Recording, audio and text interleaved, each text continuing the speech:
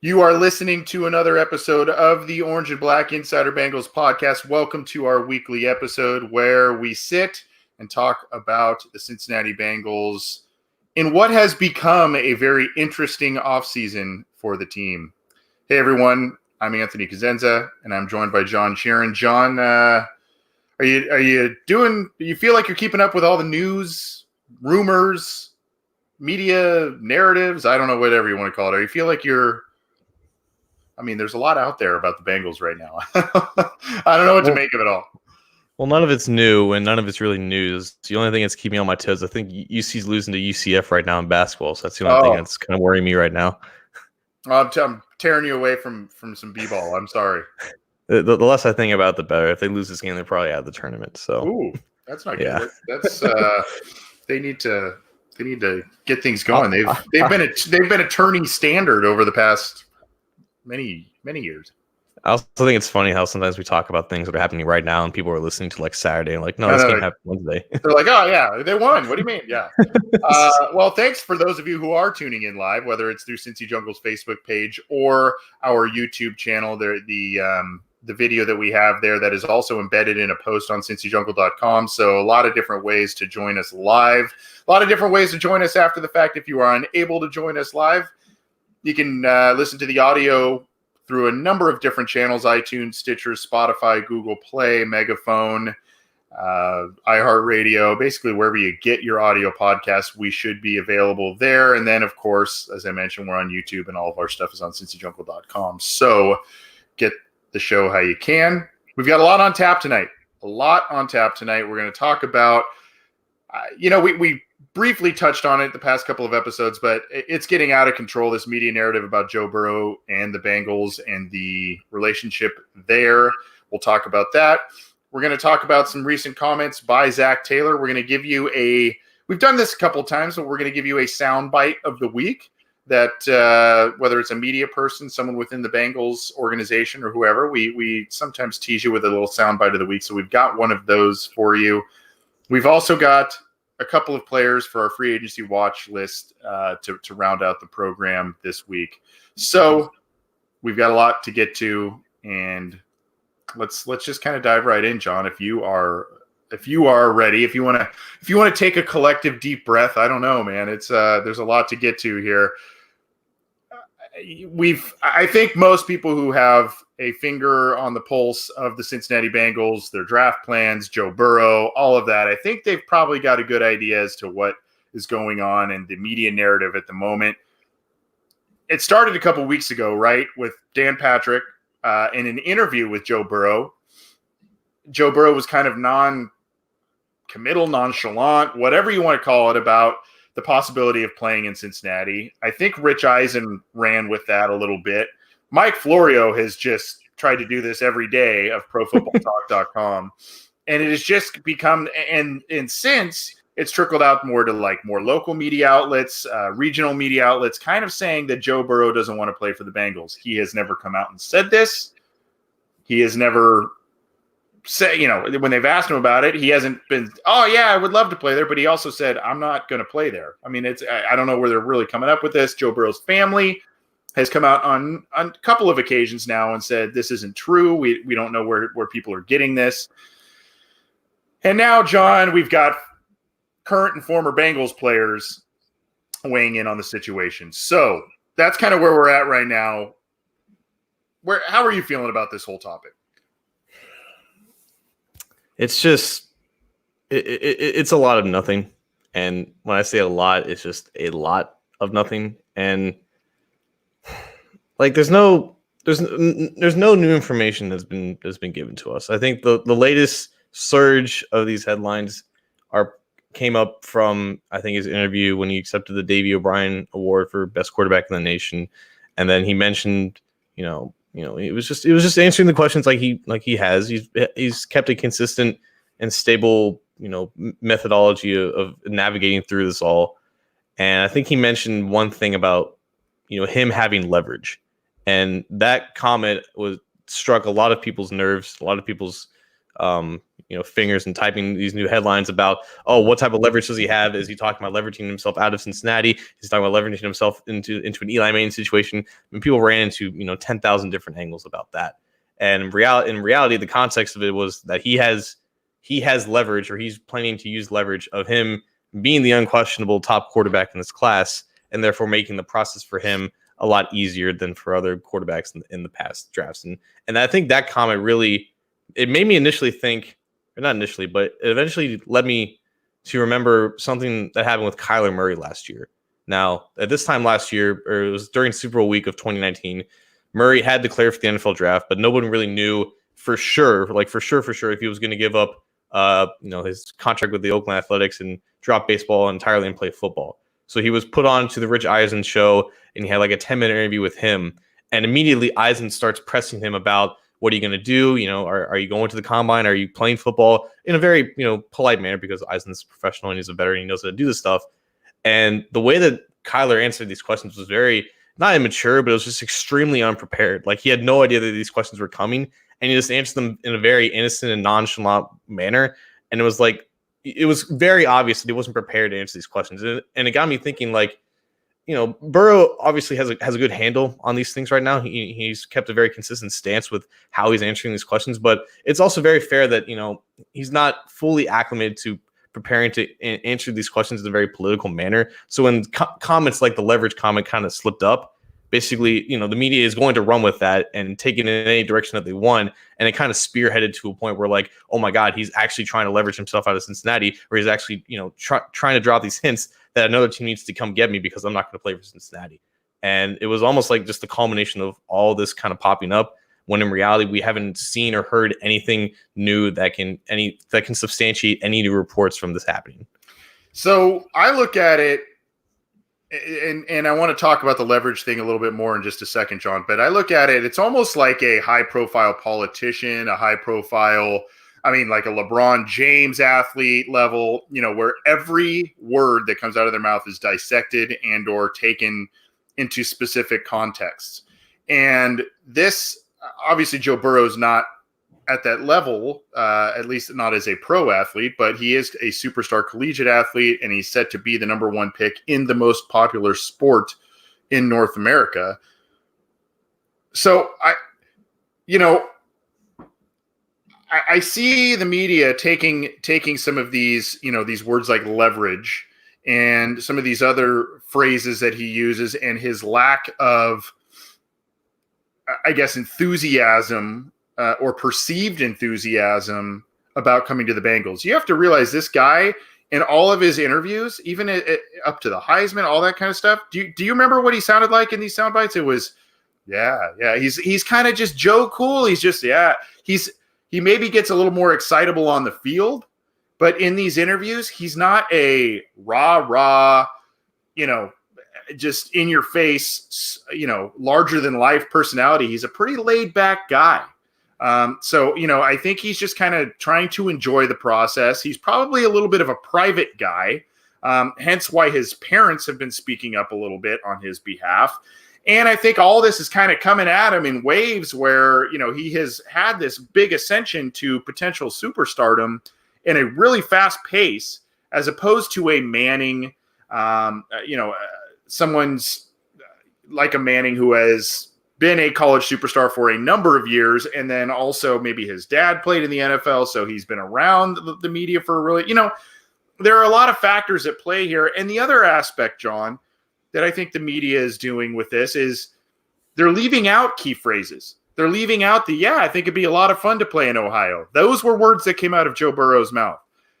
They left out phrases like, I'm trying to be the best football player I can be, where, basically wherever that ends up being. They leave out these key little phrases at the beginning or ends of these phrases or answers of questions that he gives some of these reporters. They take it and run with it, and they try and create a storyline. Maybe this is a ploy that the media is trying to create to get, without the potential surprise of who the team is going to take at number one overall. Maybe this is kind of their way of generating interest. I don't know. You had an interesting thought, though, in terms of his use of the phrase of leverage, in terms of contracts. When we were going through our pre-show notes, you had an interesting thought about that, and I wanted you to talk about that. Yeah, it was actually something that NFL insider Ben Albright initially said, because this was still when I didn't exactly know what the context of the leverage comment was. But honestly, like it got me thinking, like, okay, Burrow's a smart and savvy guy. He kind of knows how to do these things. Like, he transfers from OSU to LSU. He took control of his future. He knew what was best for him and all that stuff.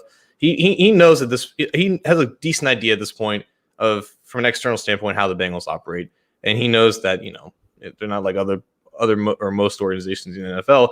It's not out of the realm for him to say, like, okay, I know you guys are going to take me, but like this is the plan. It's not out of the realm to say that he could be leveraging himself to get a fully guaranteed contract. Now, most of these, like the rookie contracts, are mostly guaranteed for the most part in this CBA, but there's going to be a new CBA coming out, and the structure of these rookie contracts are going to change in about a year's time, or for the 2021 season. So it's possible that he and his agent are formulating a plan to make sure that he gets the most, cash up front and the most, guaranteed money that he possibly can, because this is the situation that's going to happen.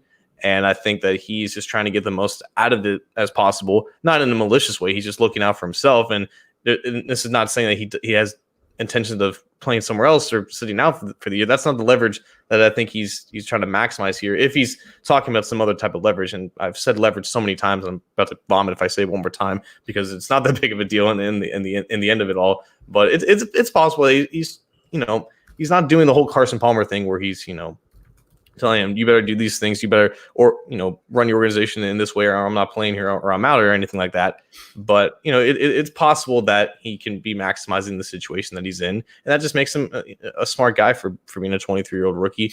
And it's not obviously confirmed in any way, shape, or form. It's just an idea that he's recognizing the situation that he's in, and it's possible this is an avenue he's trying to take. And I think Albright's idea had some weight to it, but obviously, I think the whole leverage thing was more meant for the thing that we previously talked about, and less about this. And leverage, quote unquote, his use of the word leverage can mean a lot of different things. I mean, it could mean the financial way that you're talking about. It could also mean, hey, look, they're using a number one pick on me. I know they haven't had the modicum of success that some of the preeminent franchises in the NFL have had. So maybe I feel like I've got leverage to tell them, hey, invest around me. If you're going to use a number one overall pick in me, make sure you invest around me. And maybe I have a little bit of say within the organization based on their previous, I guess, plugging of the ears from Carson Palmer. When Carson Palmer supposedly spoke up, maybe they've learned their lesson. Maybe he feels he has the leverage as the number one overall pick to get into the ears of Duke Tobin, etc. I don't know. Leverage can mean a lot of different things. I will say this, John. Initially, this really until about Monday, Tuesday of this week, this was purely negative. I mean, it was the media was coming out and various people in the media were coming out saying he doesn't want to play there, whether that was grounded or not. It appears to not be grounded. Carson Palmer came out and basically, kind of said how difficult it was to win in Cincinnati. You've had other players kind of speak up, and you also have Joe Burrow training with Jordan Palmer out in Southern California in his elite QB camp. So who knows what Jordan Palmer is telling him in terms of, if he's kind of chirping the same tune that his older brother did about the team. But earlier this week, you've had Chad Ochocinco kind of basically say it's a great effing city, and he plans to have dinner with Burrow before the draft. Now, Chad talks a lot of talk on Twitter. He walks a lot of walk too, but who knows if he's actually going to have dinner with Joe Burrow. But he plans on sitting down with him and telling him what a great city Cincinnati is, apparently, according to a tweet he put out this week. Solomon Wilcots disputed some of the headlines that Mike Florio at Pro Football Talk used in some of his quotes and said basically, I think Joe Burrow can win in Cincinnati.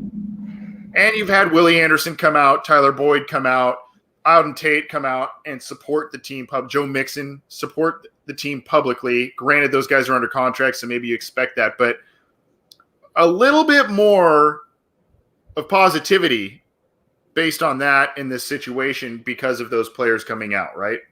Yeah, and I'm the last person that wants to make an enemy or wants to villainize the media for this kinds of things. I understand that, like, I have the luxury, we have the luxury of reporting on and covering one team, so we get to focus intimately on the ins and outs of that team. So we obviously have a better grasp of the Bengals and how they operate in this situation in general, because this is all we're focusing on. When you have to cover multiple sports and multiple teams from one sport, you kind of see the headlines and you kind of run with them, because that's the nature of the business. You try to get things out as quick as possible. You try to garner attention, and that's essentially what a lot of the content here has been derived from. It's just a lot of buzzworthy type news items. It's the number one overall pick. It's the Heisman Trophy winner. It's the national championship. It's a team drafting first overall that is the stingiest, cheapest of the incompetent organizations in the league. And that's almost another thing entirely. We're still kind of lost in this whole, like, why are the Bengals being thrown under the bus so much more compared to other teams?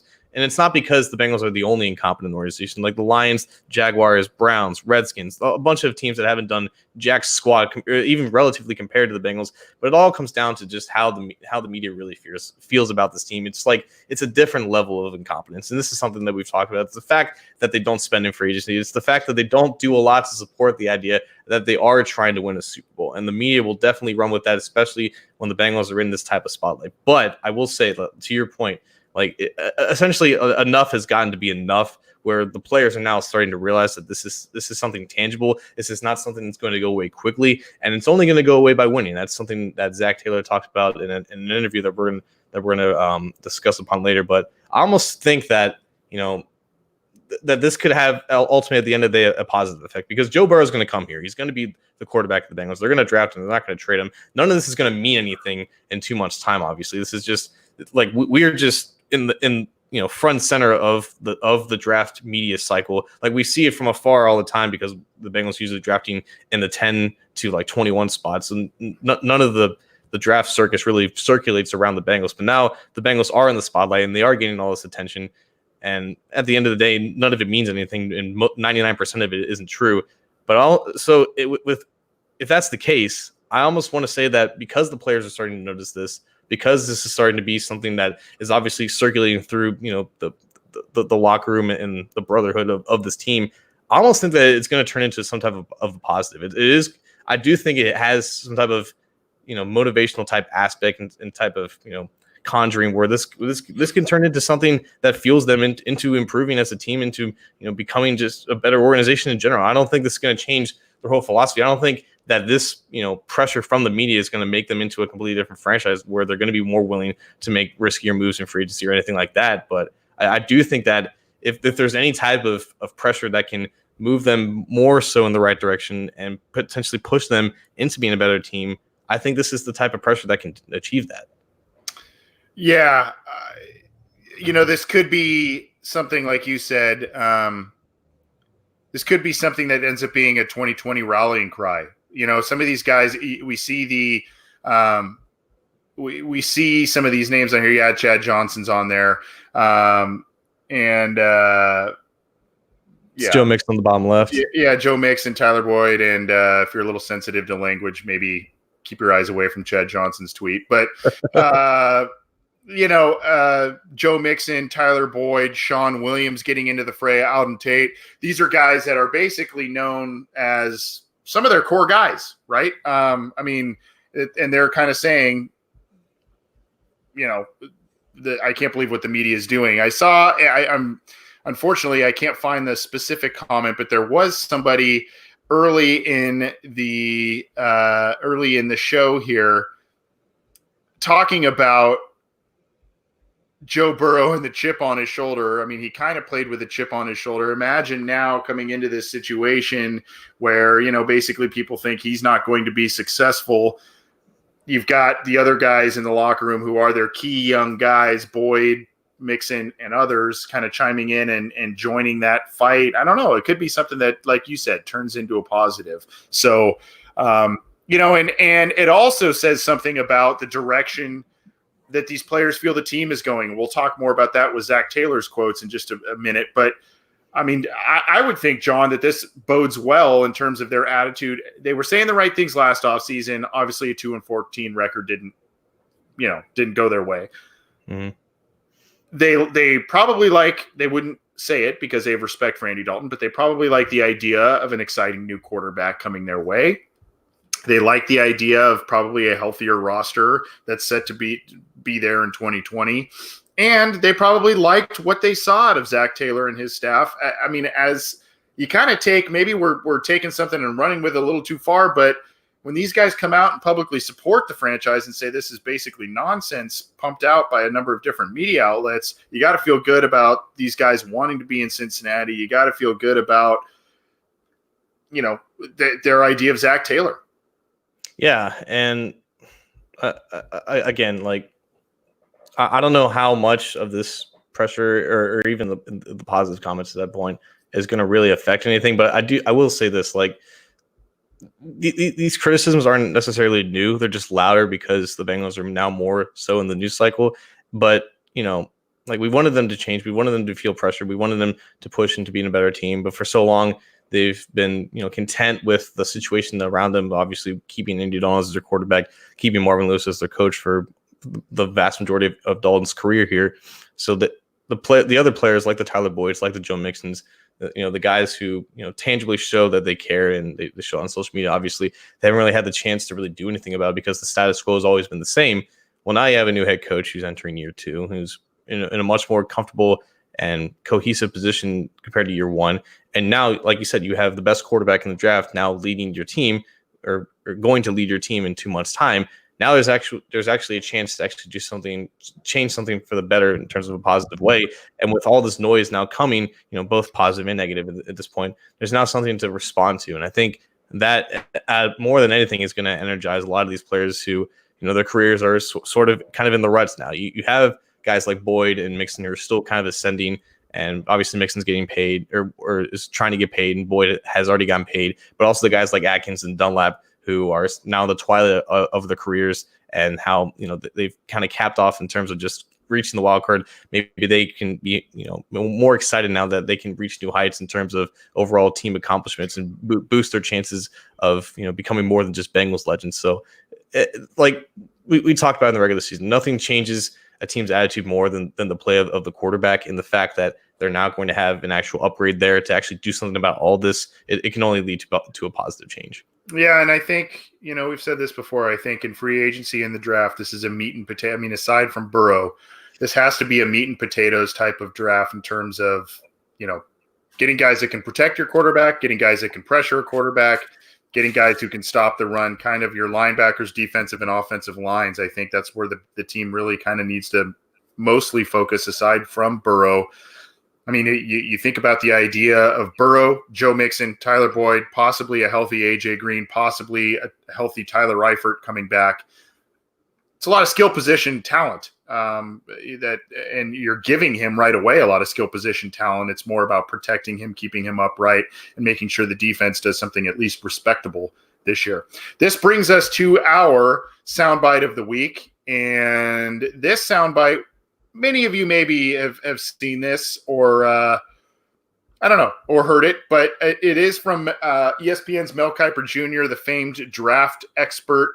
A lot of people have some preconceived notions about Mel. I'll talk about mine in a few minutes, but just a short clip. He was talking about, he kind of did an ESPN early mock draft where he obviously had Joe Burrow going to the Bengals, and he talked about not only Joe Burrow, but the Bengals organization and,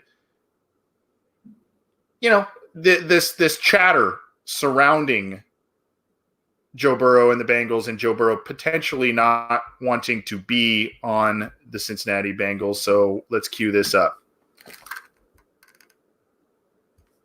According to the Fort Worth Star-Telegram, Burrow says he has the leverage when it comes to the Bengals. People are saying he should pull like Eli Manning. What are you hearing with that situation, the number 1 overall spot?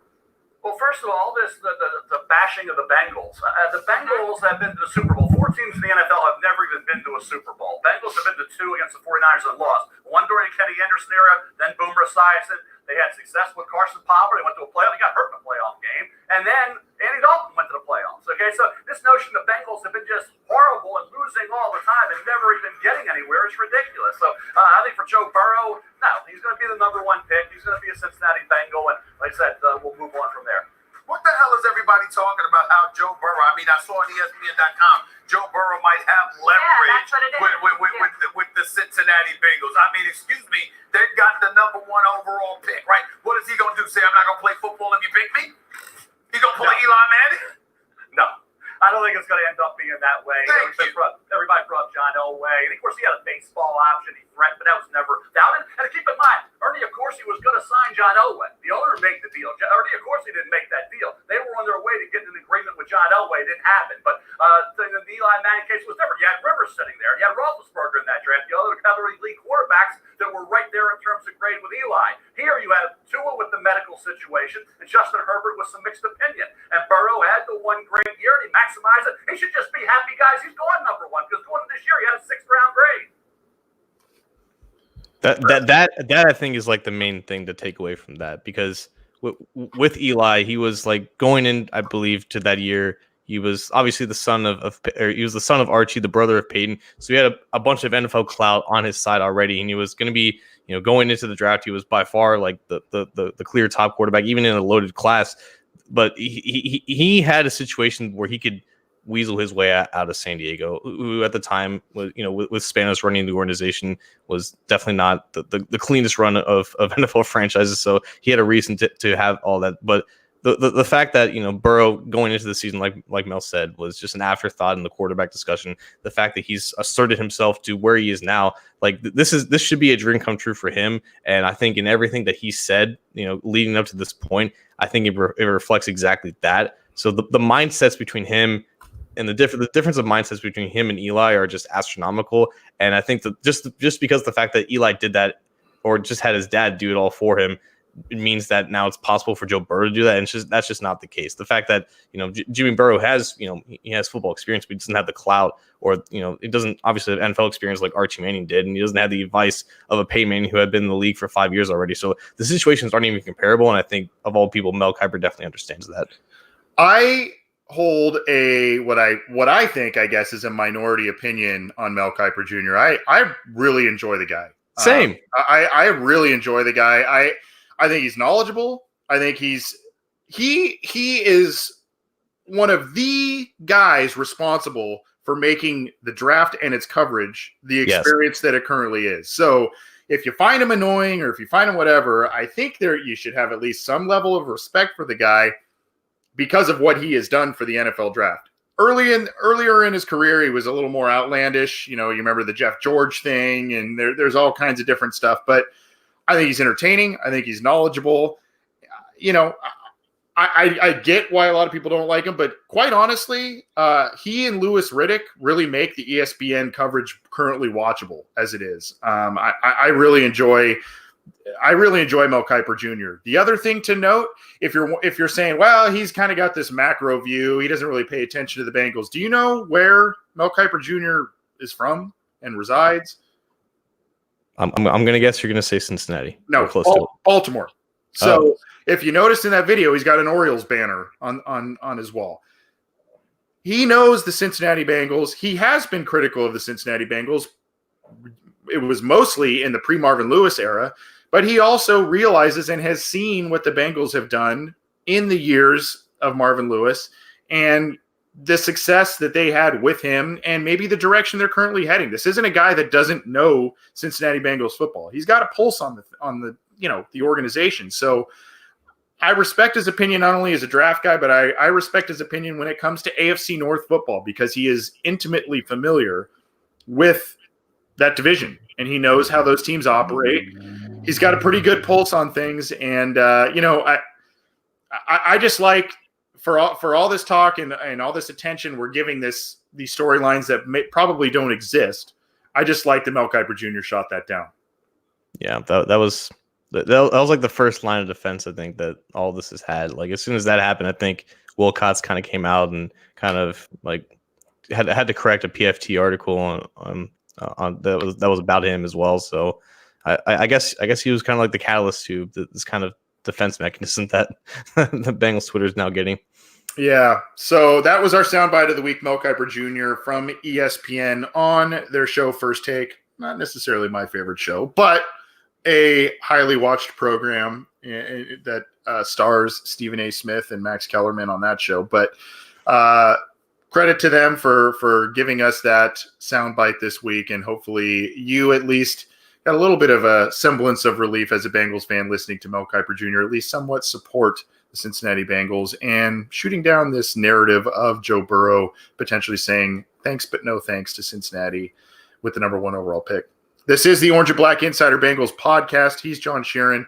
I'm Anthony Cosenza. We're talking about the Joe Burrow narrative. We got to address it, and we addressed it for a little while. So, unfortunately, it's kind of a reality that we have to talk about as we sit here in February. But the draft is around the corner, as is free agency.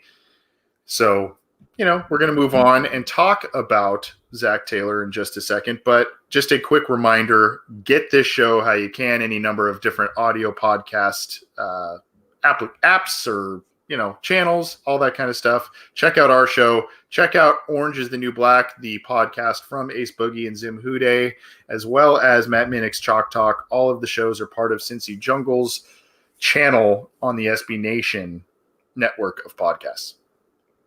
So yeah, let's switch gears to more of a positive note, or at least we're going to make it kind of a positive note. Paul Dehner Jr. of The Athletic had an amazing sit-down interview, very insightful sit-down interview with Joe Burrow's future head coach, Zac Taylor. This is now week 54, I think, of Taylor on the job as the Bengals head coach. And the whole point of this interview on The Athletic, definitely check it out if you haven't already, was just about his reflection on the first 12 months of his job and just seeing where he and the Bengals staff is now compared to where they were this time last year. Because if you read it, he dives into about the chaos that was going on right after he was hired, the fact that they had less than half the staff, officially signed on the staff, like by this time in February, the fact that Nick Eason, the defensive line coach, hadn't even met most of the staff or even any of the staff by the time the NFL Combine was already happening. And he was at it really late. Yeah. So the differences between where Taylor and his staff is now compared to where last year is astronomical, and he goes into that as well. I also like how he talked about he keeps these bunch of notebooks that basically it's almost like his personal journals, and he kept them from all his past jobs, like the one in Miami when he was offensive coordinator at UC and when he was the assistant in Los Angeles, and they're all very nice and neat and kind of go back and look at him. But the journal he kept for his first year with the Bengals is very tattered, it's very weathered down, and it looks very ugly compared to the rest because he talks about he constantly went through and back of it because it was the toughest year of his coaching career, and that's pretty obvious. He's first year head coach, 2-14. But just this quote really just stood out to me. Just over the last month, I've been able to go back and look at my notes from the last spring. You really can't compare it. It's not reflection. It's just, oh my God, remember that? How we got started to where we are now, how far ahead we are. It's just helpful to remind myself of what days feel like compared to them. So, there's obviously been a lot of criticism about Taylor and the job he's done in this first year. The fact that they had just a horrific first offseason that was almost really scrambled together at the last minute to try to put together a team.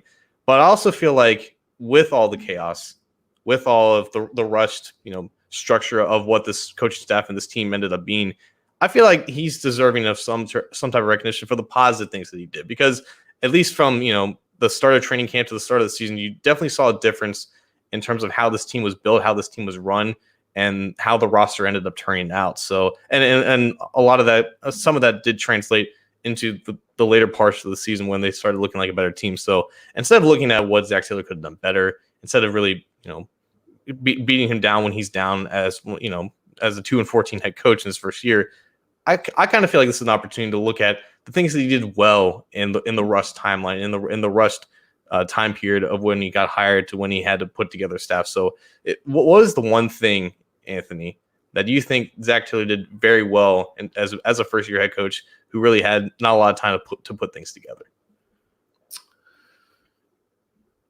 I mean, there are a couple of things where I can, there are a couple of things come to mind, but I also have examples that contradict those positives. But I will say he is a guy that, unlike Marvin Lewis, he was willing to give, young guys time early, and he was willing to kind of take risks in terms of giving guys playing time. The Ryan Finley thing, I don't want to say it was a necessary move, but the team was winless, and he had to see what Ryan Finley was going to give him. It was a disaster, and Ryan Finley is never going to be an NFL caliber starting quarterback, maybe a spot starter guy at best, but between that, giving Jermaine Pratt more time and saying, Preston Brown, you're not getting it done, man, and we paid you a lot of money. Bye. I mean, you had to think that was a Zac Taylor, Lou Anarumo call, because management seemed to really like Preston Brown, signing him to a second contract and a lucrative one that offseason. Making changes on the offensive line, trying to continually find the right formula based on all of the guys that were out of the lineup. Same thing at wide receiver. There was, some things weren't working early in the season, and, then he kind of moved things around and had to, he had to kind of play musical chairs, both by his choice and kind of not by his choice with the injuries. But by the time you saw him tinker with things, not be afraid to experiment with things, you saw some positive momentum at the end of the year. You saw the run game start to work a lot better, and they gave the football to one of their best players on the team and who was available in Joe Mixon. You saw Andy Dalton play better down the stretch once they did some things that were designed, some things that were more in his wheelhouse of a skill set. So, it was a rough go of it, but I would say just his flexibility to give certain guys snaps, his willingness to give young guys some snaps over veterans, that wasn't always the case with Marvin Lewis. And I got to give him a pat on the back for that and really weathering the storm. I mean, John, we've talked about this. The guy had the toughest stretch I can think of to start his NFL coaching career. Late start getting here. We'll talk more about that. Late start putting together his staff. Probably, admittedly, I mean, he'll say he's got the guys he wants, but he probably had to settle on a couple of coaching positions. He's already walking into a position with a very small scouting staff as compared to the rest of the league. He loses his first round pick for the entire year. He loses his star receiver for the entire year. I mean, it just snowballs and snowballs and snowballs, more and more injuries. He had a tough go of it, but I think his willingness to move guys around, get guys a lot of playing time, that's something I felt was a good strength of his. Yeah, and I think, for as much as people talk about the Bengals and their competency as an organization, that was something that I don't think a lot of people gave Taylor the benefit of the doubt. The fact that he was walking into an organization that, bless his heart, Marvin Lewis did his very best in the 16 years here to make do with what he had. And it's very hard for, a first-time head coach to walk into this specific organization and to do things that have never been done before. I think for me, just personally, it's just how he handled the center situation. Like the fact that, this team completely botched that position for the better part of 5 years. The fact that they were so loyal to Russell Bodine that they even offered him a long-term extension that, thank God, he turned down and went to Buffalo. Then they ended up replacing him with Billy Price, who ended up being basically just as bad. And the fact that they handed Billy Price the starting job again. When he got healthy in late 2018, even though Trey Hopkins definitely looked like the better option. The fact that they had they unfortunately dealt with the injury to Price, but they gave Hopkins a fair chance in training camp. They gave him a fair chance in the middle of the preseason. They named him the starter in week 3 of the preseason. They made no BS about it. They didn't waste any time, and they gave Hopkins every chance to succeed, and he obviously did. And, they didn't waver with all the chaos that was going on with the rest of the offensive line. And then they ended up signing Hopkins to an extension, right before the season ended. It was like, I guess it's relative to my expectations of how they handled that position in years past, but it could not have been handled any better. And I think it's just a testament to when he's given the right situations, when he's given the right players and he's given the time to handle them. I think it speaks well to how he can handle the rest of the roster, because to your point, like you said, the fact that he wasted no time. As soon as he realized that Preston Brown is just not the guy that they expected going into the season, they cut him, and they gave Jermaine Pratt the chance to start at middle linebacker. And what do you know? Pratt improves for the second half of the season. I think it's just those little instances of hope that speak volumes about just his advanced vision in terms of maximizing players' strengths and maximizing where to play players and how to manage the rest of the depth chart that at the end of Marvin Lewis's tenure, he was very lacking on. And he was very reliant on more of these veterans where Taylor is just like, well, let's just let the best players play. And I think that's really, he didn't really have a choice in that because they were just so bad that was just the only option at that point. But the fact that they did, alter the running game completely by midseason because they didn't have the personnel to do what they wanted to do from a schematic standpoint, that also spoke volumes as well. But I think it's just that exactly how they should have handled that position that they've mismanaged for the better part of half a decade. And I think it's just, it might just be relative to my expectations of how it was handled, but that just stood out to me because of how awful how much of a liability that was, and how much, if they can, manage that and manage to make it an asset from a liability, I think in due time, this offensive line can return to the form that we saw in the mid-2010s.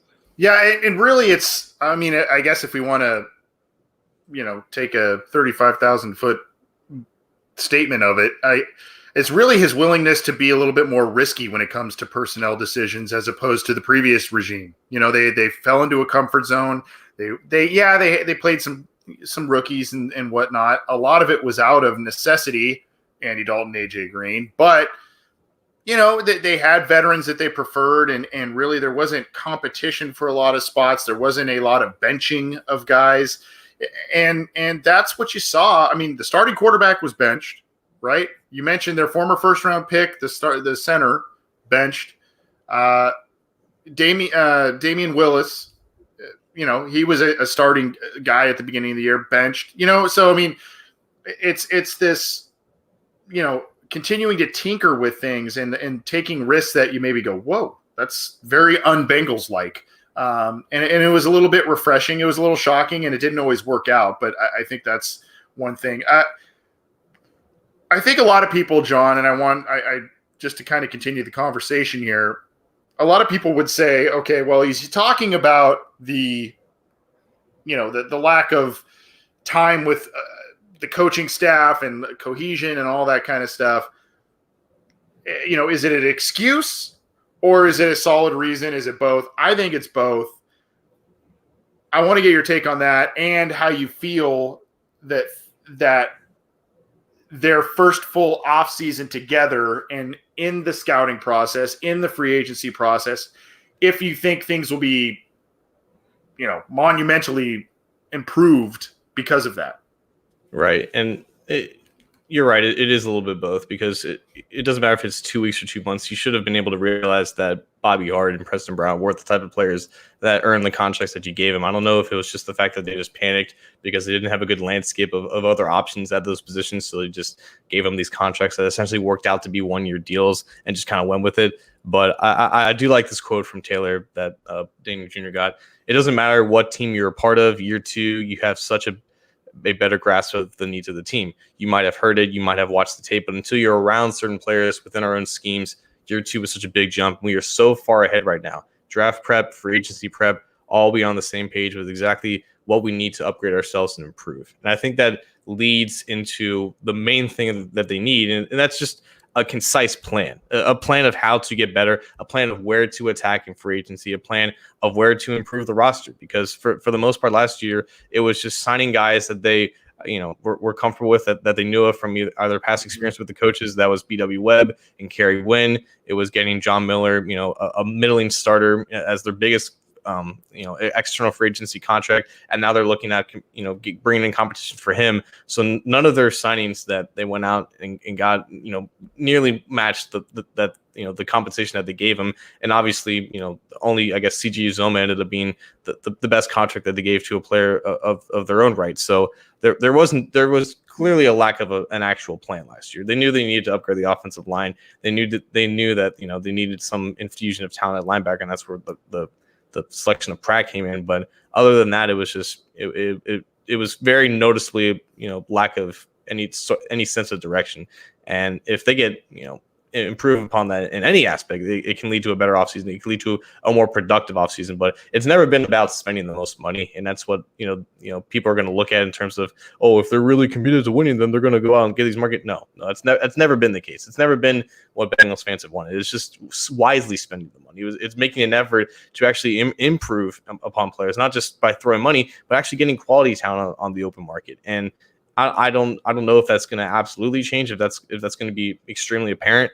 But if they have a better direction about what this team is and where they need to improve, where on the roster they need to improve, then that's obviously a big step. And they obviously have more time with the coaching staff. The fact that they only have, I think, 4 new coaches on staff, they have a lot more chemistry with each other. They have a better sense of what this roster is, because the roster didn't really change that much, but now they have a lot more time to evaluate it and to realize which players need to go, which players can stay, and where in the draft and free agency can we see improvements on this roster. So if there's any improvement upon there, it's only good news. Yeah, and we said this before when they were engaged in it. Their coaching at the Senior Bowl, I think, is a big piece of their scouting process, and hopefully a helpful one. I think that them being hands-on with a lot of those prospects is a big deal. I'm seeing a lot of stuff, and I talked about risk, John. Seeing a lot of comments in our live chats, Michael Caudill in the live Facebook, and a few others in our live YouTube, kind of talking about cutting Kirkpatrick and blah blah blah. That's what I'm interested to see this year in terms of the risky moves. Are they going to cut guys that we think maybe could be cut or restructure or something? The Bengals don't like to normally do that. They don't like to eat money. They don't like to put out the vibe that they put out gave somebody a bad contract, or we're on the losing end of a contract. Drake Kirkpatrick, been a decent player at times for the Bengals, but he's making quite a bit of money, and he's one of those guys that could be out there. Dalton, his future. That's kind of what I'm interested in terms of, are they going to make some of these more, I don't know, un-Bengals-like moves a little bit, some that have some risk associated with them, to free up space to get the middle to somewhat upper tier free agents and or guys that are their system guys and could be more effective. That's what I'm really curious about this offseason.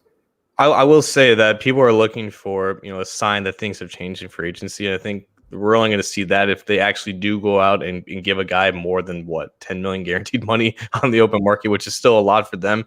But I think in terms of what you were talking about, I think the fact that they cut Preston Brown, the guy that they gave 3 years to, in the middle of last season, I think that was the clear defining moment. Okay, that they are capable of making transactions like this. And there's been a lot of writing on the walls about them cutting Corey Glenn and them heavily considering cutting Drake Kirkpatrick. And obviously there's been reports about they're willing to work out a trade with Andy Dalton, and that was obviously going to be assumed. But I think those 3 specific moves have been heavily speculated to the point where it's almost an inevitability now. So I think the fact that they did that with Preston Brown only reconfirms the fact that they are in this new kind of a new age mindset where they're not afraid to let go upon past mistakes, because there is a sense of urgency now. They do have some type of new window opening up with Joe Burrow coming in, and I think they're willing to take advantage of it to an extent, to the extent that we can expect a team like the Bengals to take advantage of it. Yeah, and Mike Holbrook in the Facebook chat, it kind of nails it. Bengals need to do something different if they want to fill seats. That's the big key this year, John, is the attendance thing and tickets. I mean, they for the past couple of years, they have been not well attended. And, last year it was about, we heard the fans, so that's why we made the coaching overhaul. That didn't do it when the team wasn't winning games. So now it's going to be quarterback and hopefully more splashy personnel moves in free agency. And hopefully they net some picks maybe for some of these guys that they ship off that become players that end up helping them out, especially immediately. This is the Orange and Black Insider Bengals podcast. Get the show how you can on a number of different audio platforms. We're on iTunes, Stitcher, Spotify, Google Play. We are on Megaphone and iHeartRadio. You can also get the program on YouTube. Subscribe to our channels. Get updated as to when we go live, when we have new material coming out, so you can either join us live or download it when it's on the channel. We appreciate your support. John, let's finish it up here with some free agency spotlights. I'm going to lean on you with some PFF expertise, if you don't mind. Absolutely. You had a specific player, and I know the player you're going to talk about is, first of all, he has the same first name as a guy that they pursued last year in free agency, but he also comes from a team that they love to poach players from. And you had talked about him recently in terms of a guy that kind of fits their mold of a usual free agent signing, or, maybe a little bit higher than what they normally spend in free agency, but a decent name nonetheless. Your gentleman that you are going to spotlight this week is Shaq Lawson, who is an edge defender from the Buffalo Bills. He was a first-round pick in the 2016 draft, and they did not utilize his fifth-year option a couple years ago, primarily because through the first 3 years of Shaq Lawson's career, he did not live up to the billing of being a first-round pick. He was a decent prospect coming out of Clemson, but he didn't really have that really dominant trait, I guess, that a lot of edge players need to really, warrant that specific selection in general. But Lawson was always a decent player at Clemson. He was a better run defender than he was a pass rusher, and because he didn't have really top-end athleticism to his credit. But year 4 for him was really, I guess, a turning point for his career in general. He had a career high in sacks, a career high in pressures, as we see from Pro Football Focus. He had his best the pass rushing grade as well. So it's kind of more like, I'll just get this out of the way too. Last week, when we did this free agency spotlight, I mentioned DJ Humphries as a guy that the Bengals could look at, maybe as like a 1 or 2 year type of prove it deal. And the thing with Humphries is that he got a 3-year extension for $45 million with like 30 of it guaranteed. So I guess Lawson's the next guy to get some type of extension for a lot more than what I expect. But Lawson had that same kind of career trajectory that Humphries did, where he had his best year in his contract year, which could bode well for him on the open market. I brought him up earlier this week on like a tweet as like a guy the Bengals could target in free agency, because PFF projected that he would receive a 1 year, $5 to $6 million contract as more of a prove it deal to see, if 2019 was kind of the year that teams could expect going forward. Because again, he can be reliant as a run defender, but the real value in terms of where the contract money goes to is as a pass rusher. And he had his best year as a pass rusher last year for a very good Buffalo Bills team. As you can see here, he had more of an up and down year. He was a little bit better off during the early portions of the year, but in terms of just generating pressure, he was pretty consistent throughout most of the year. But he's never going to be that dominant pass rusher. He's never going to be the guy that you build your defensive line around. That's not what the Bengals need. They do need edge depth. That is definitely something that they need to focus on, because they only have Dunlap, Hubbard, and Lawson to their credit. They need to get creative in terms of how they can generate more pressure, how they can keep Dunlap and Hubbard fresh, and give a guy that can work also with Lawson in those 3-4 sets. And I think adding another Lawson could be good for that. And it's going to depend on what he really wants from the market, because it only takes one team to give him some type of, more relatively lucrative deal than what the Bengals could be willing to give. I think, again, in that $5 to $7 million range for like a 1 to 2 year deal, I think works pretty well for 5 to 7 per year, and not just total money. So if he gets a 2 year deal, it could be in that $12 to $14 million range as well. But again, as a guy who can rotate as your 3rd or 4th pass rusher, I think that's where he would thrive the most. Again, some team could give him some type of starter money, and maybe he's at that level now, but I'm not exactly sold on him. I wouldn't give him anything more lucrative than the deals that I currently mentioned, but I think he's a guy that fits what they need at that position, and could also free up or close a need entering the draft. Yeah, hard to predict where the market's going to be for him. Like you said, someone may throw starter money at him, or the market could cool on a guy that hasn't really shown much except for 1 year, and that 1 year, oh, by the way, that's a contract year, right? So right. That gets, what did he have, 7 sacks this year, and then a combined 10 the 3 previous years combined. So a little bit of risk there. And I think, John, aside from maybe being in the price point for the Cincinnati Bengals, we said this also about DJ Humphries. This is a guy, former first-round pick, a name a lot of people know, maybe hasn't fully lived up to first-round expectations, thus is more affordable for a guy that potentially brings you upside. Maybe the Bengals get him and he's hitting the prime of his career and he's actually kind of quote unquote getting it as a pro, whereas, you know, there are some issues maybe in the first couple of years, but his PFF grade last year, am I reading this right? 67.9 overall. Mm-hmm. Is that right? Yeah. And what PFF will tell you is that it's not the sack numbers that are indicative of future success. It's really they like to promote their grading as the thing that really projects some type of trajectory. He started off with really poor pass rushing grades, but it's just slowly gotten better over time. And as you can see, his run defense grade was always in that above average area for the middle of his career. So he's always going to be pretty decent at that. He's only 25 or 26 years. He's going to be 26 entering this year. And if he does have that type of, if he does, you know, accept a 1-year deal and like a Shaq Barrett where he kind of bets on himself and he ends up in the right situation, I can promise you if he balls out for the Bengals would love for him to accept some type of market-setting deal for next year to then get a 3rd or 4th round compensatory pick. So that's winning in their book for sure. To get this type of cheap production to fill a need for just a year, and then to see him, you know, take a deal from another team and, you know, have another team take on that risk, but then them reaping the benefits of a mid-round pick in compensation for him. But again, it all depends on, you know, what 1 or 2 teams are going to be willing to pay for him. But I don't think his market's going to be as explosive as others. But again, this is predicting, you know, how NFL teams are going to spend their money, and he plays a very valuable position, and he has his best year in a contract year. So it could honestly go either way.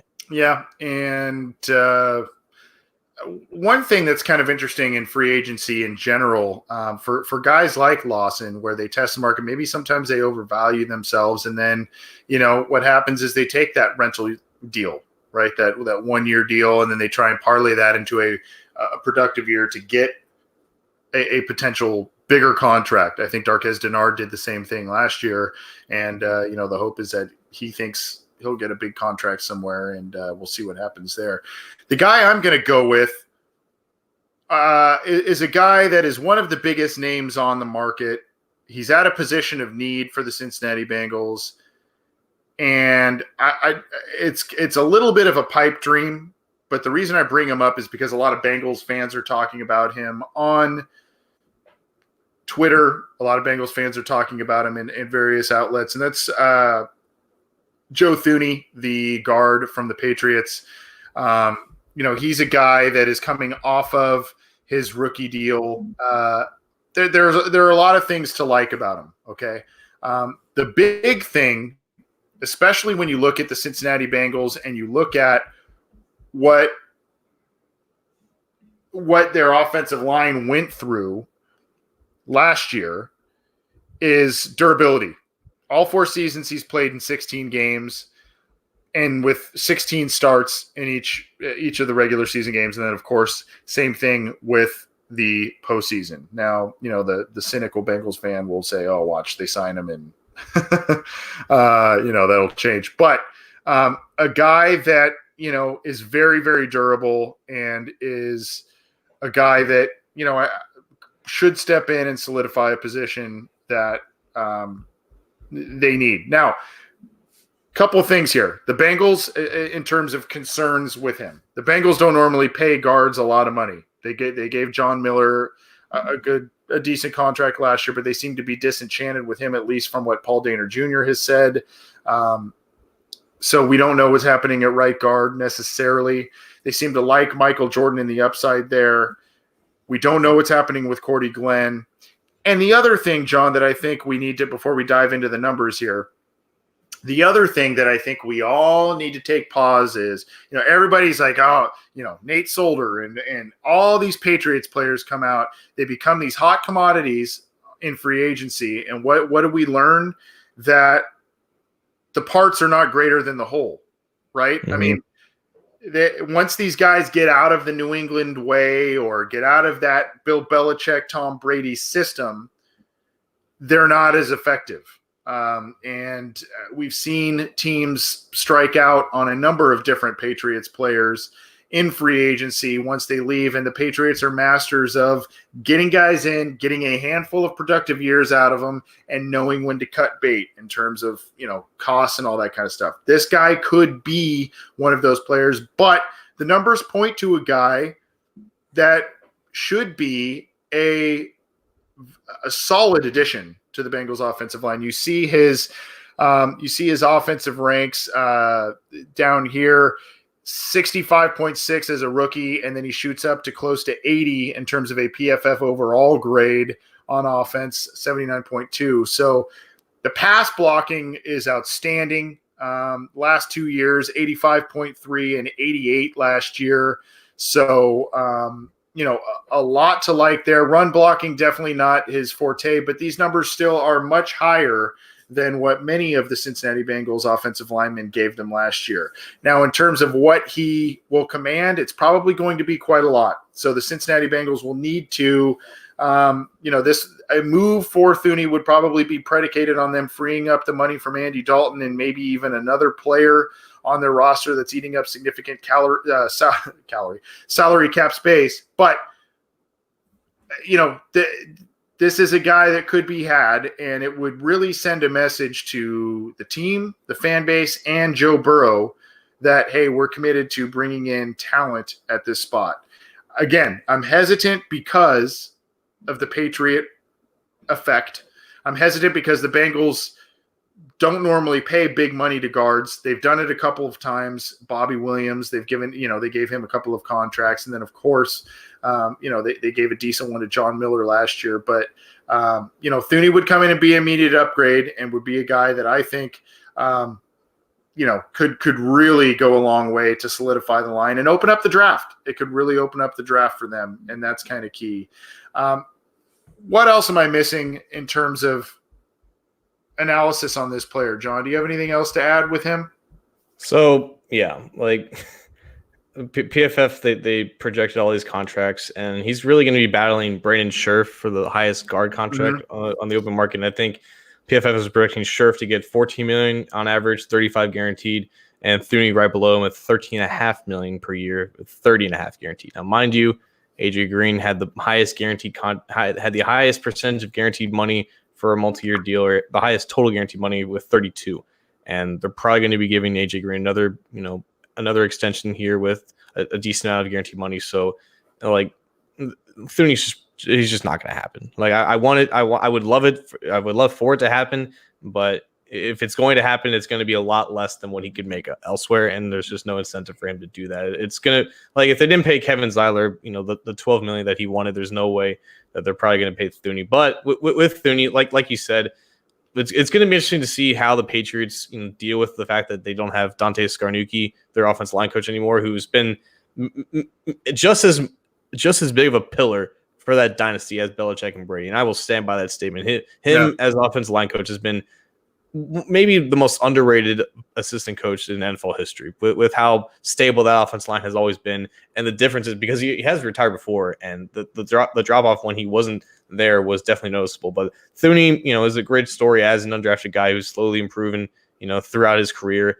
And the fact that he only made, I think, on average $800,000 for his rookie contract. So the escalation for his next contract is going to be huge, but it might not put him at the top of the average market because they always like to, incrementally increase their salaries for what they previously made. So that could be the only way that the Bengals can kind of weasel their way into a contract like this. But yeah, just you look at those stats and look at those grades. I look at no penalties this year.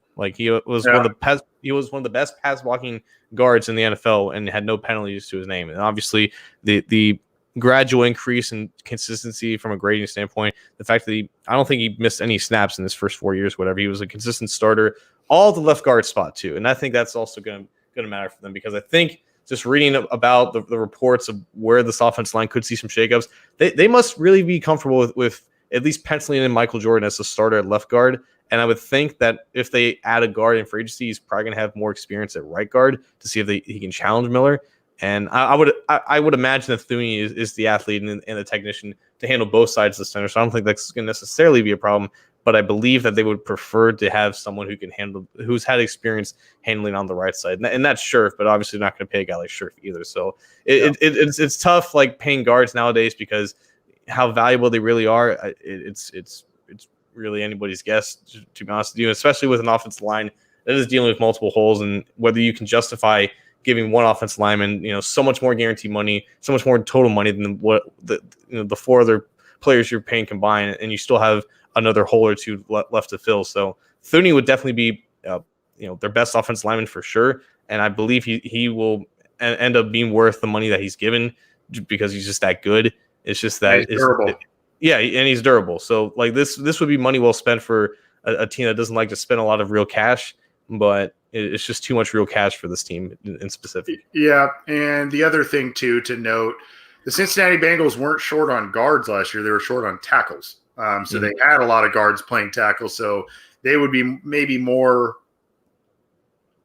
apt or more prone to spend money or high draft capital on tackles as opposed to guards. But again, they've also got money tied up in Cordy Glenn, who, they could free some money up there. They could free some money up with John Miller if they so choose. And those are that's the type of money that could be possibly thrown to a guy like this. Another thing too, Brian Kramer in the live YouTube chat says Thuney is a local guy. Yeah, he's from Ohio. So, that could be something where maybe he wants to go back home, so to speak. And that could be like a couple $1 million discount, but he's still going to get above 60 on the open market. Right. Just to kind of close it up here, some of the interesting things here. Buffalo had one of the best, one of the better defenses, 84.1 pass blocking in the first game. Not so great in the second one, 66.9 against the Bengals, 82.8. Interesting to note there. Pass block grades, 70.5 overall. He just had a bad game, really. Yeah, I guess we won. Baltimore, a very solid game, 78.5 overall.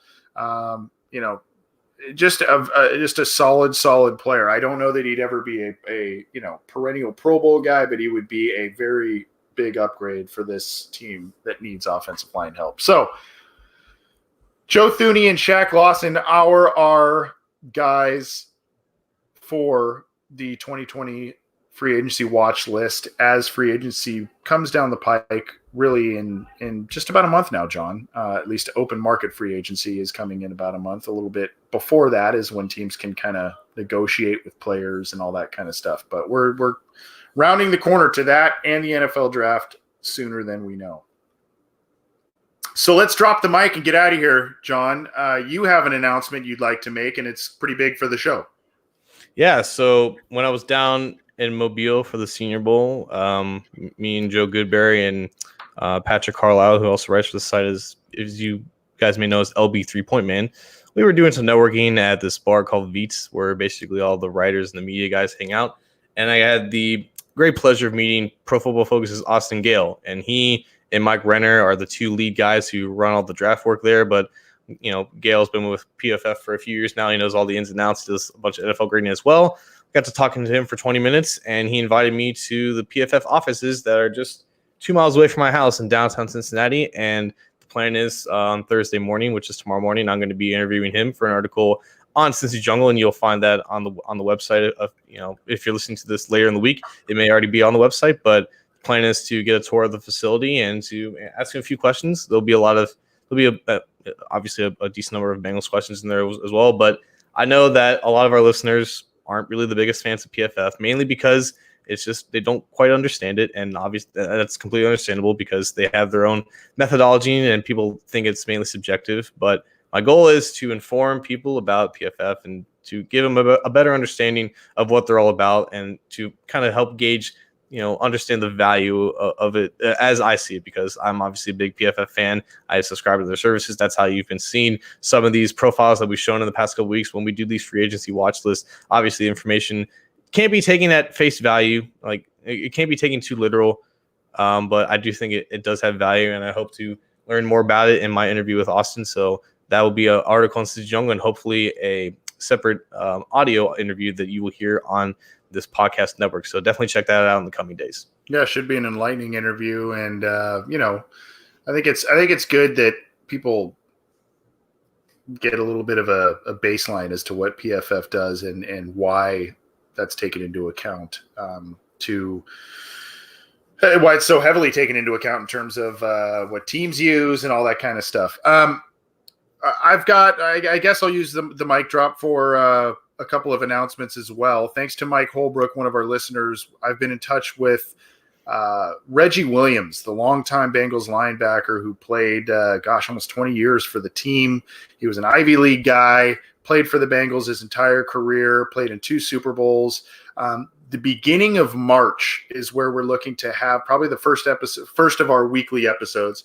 So right before free agency is when we're looking to have Reggie Williams on the show. He's going to be announcing a book he's putting out. So he kind of felt that would maybe be a proper time. And so we're going to be talking with him. So thanks, Mike Holbrook, for the connection there. Spoke with him on the phone last week. So we're going to try and coordinate that. We're along with Austin Gale and, Reggie Williams. We're trying to get interviews with other Bengals players, those connected with the team. We've had Willie Anderson on the program before. We're planning on reaching back out to him. He was willing to come back on the show, so we're hopeful to get him. Been in conversations with some folks in Anthony Munoz's camp, and we're trying to lock him down in the near future. So he should be coming back on the program as well. We've got a lot of different things coming down the pike. We want to bring in more interviews, whether it's as standalone episodes or what have you, but we're trying to get some more folks, that have either been on the program or it's been a while or never been on the program that we want to bring to you to bring some Bengals perspective. So we are going to be doing that. Don't want to overpromise and underdeliver, but we've had some conversations and we expect these things to be coming to the show. So we'll be sure to let you know when those happen. And you may want to, again, subscribe to our channels to make sure that you don't miss those interviews when they occur. One last little thing. My son Regan turns 3 tomorrow. So I just want to say happy birthday to my son. Happy birthday, Regan. An early birthday. He's a great kid. And we're going to have some fun tomorrow and this weekend with the family. So, happy birthday, Reedy. Unfortunately, John, I'm being notified in the live chat. Yeah, I see it too. Yeah. Sorry, dude. But hey, it's like the 5th overtime game this year. I mean, Jesus Christ. Oh man, those Cincy sports teams, they know how to do it, don't they? Well, hey, it's been a fun episode. It's been another long one, but we've got a lot to talk about as this is a huge offseason for the Cincinnati Bengals. Keep it to Cincy Jungle for all the news, opinions, updates, analysis, breaking news, all that good stuff. Our show is on there as well. Get our show on a number of different platforms. Check out the other shows on the Cincy Jungle channel within the SB Nation Podcast Network. Thanks for tuning in live. Thanks for downloading the show after the fact. We'll see you next time.